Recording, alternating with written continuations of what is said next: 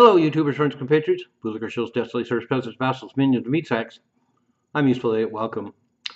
So now DOGE and Elon Musk and Trump are talking about possibly auditing the Federal Reserve Bank of the United States. And this would be huge if it happens. A lot of the things that Trump's been doing are definitely big moves. We have Kash Patel heading the FBI now, and a lot of things about the way U.S. government has been run and what intel agencies like the CIA and FBI have been up to for the last 100 years or so could be made public. And we're going to have a huge change in the perception of what the government does and has been doing. And auditing the Fed would be the Mac Daddy of revelations about what's going on in the United States. I have to first point out the fact that a lot of Americans are not aware that the Federal Reserve Bank of the United States is a central bank, and it's not part of the government. It has the name federal in it, so a lot of people are deceived by the fact that it's a completely independent entity, and it's basically run by the international banking cartel and really has no connection to the United States, just like central banks all over the world. And they answer to the International Bank of Settlements in Switzerland, which is the central bank. So that's something to keep in mind, and one of the reasons why the Fed has never been audited. And the illustrious Dr. Ron Paul has been pushing for auditing the Fed for the last 30 or 40 years. And of course, he wants to audit the Fed and then shut it down. And the Central Bank of the United States was shut down before by Andrew Jackson, notably. And it was a huge boon to the United States and the U.S. economy. Because essentially the federal government in the United States in the Constitution has the power to coin its own money. Instead, we acquiesce these powers to the central bank, in this case the Federal Reserve, and we have to borrow. And then we have to borrow money, and we have to negotiate with the Fed to put money into the supply, and they just push a couple of buttons and trillions of dollars get put into the U.S. economy. And so they have a huge impact, needless to say. And the United States, certainly during the big industrial boom of the 19th century, without a central bank, the economy thrived. We didn't have an income tax. We didn't have a central bank, and the economy was thriving, and the U.S. became an industrial giant.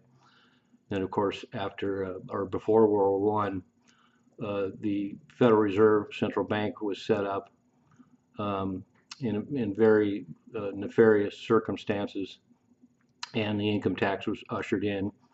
And since then, we've had a number of economic calamities in the United States, including the Great Depression. And a lot of this had to do with the central bank, the Federal Reserve Bank. So now they're talking about auditing the Fed, and what we could find out.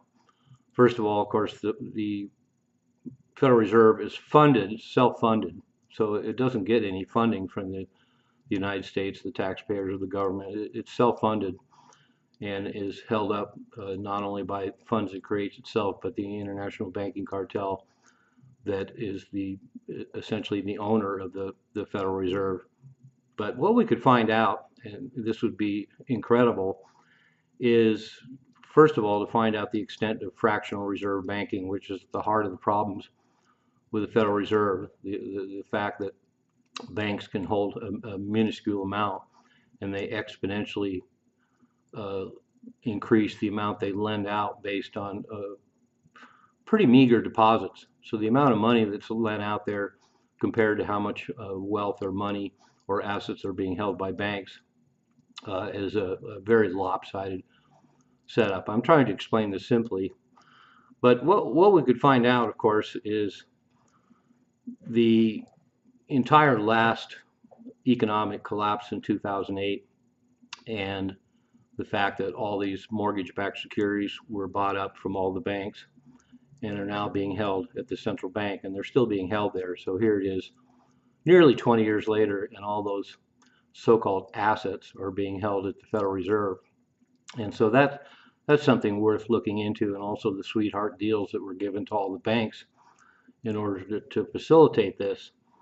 And then the fact that ever since the crash of 2008, all the banks are now allowed to park all their reserves at the Federal Reserve and get interest. So we've had a perpetual bank bailout system in the United States since 2008 because they park all their reserves at the Federal Reserve and they get interest. And that adds up to tens of hundreds of billions since 2008 of free money to the banks because they're held at the Federal Reserve and get interest. So that's something we definitely like to find out more about. And then there was the repo crisis several years back when behind closed doors, unbeknownst to most Americans, tens of trillions of dollars were given out to banks, not only in the United States, but all over the world. And so another economic crisis was staved off by the Federal Reserve, and most Americans weren't privy to this. And that's another thing that would be worth finding out, entire accounting of all the banks that were involved in the repo crisis and how much money was involved and who it went to. And that also ties in with the 2008 crash. I always found it fascinating that on the surface, the banks needed what was it? The bailout was announced at $700 million, but behind closed doors, something to the tune of $26 trillion were doled out to banks in the United States and all over the world to mitigate that economic crisis. So needless to say, there's a lot of dirty laundry at the Fed, and we would be quite illuminated if we found out exactly what the Fed does, how much money is involved, and who are the players involved. And so needless to say, compared to a lot of the investigating that's been going on by the Trump administration and American agencies, one area that's going to be completely blocked is any access to the Fed, let alone an audit to have all of the information about what's going on inside the Federal Reserve would be staggering.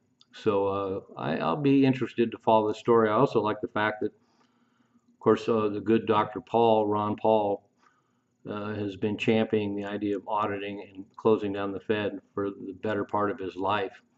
And there's talk about putting him in charge of auditing the Fed.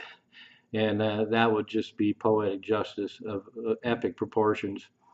So I'm going to keep my eyes open to see if this really is going to move forward and whether it's going to happen. And if it does, we're going to see a lot of fireworks. And it'll be interesting to see how the Democrats react to this.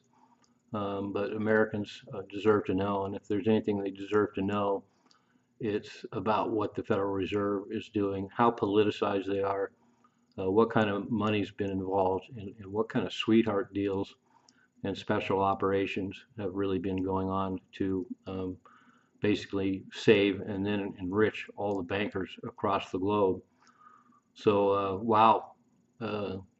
Once again, thinking big, and something that hasn't been addressed for over 100 years.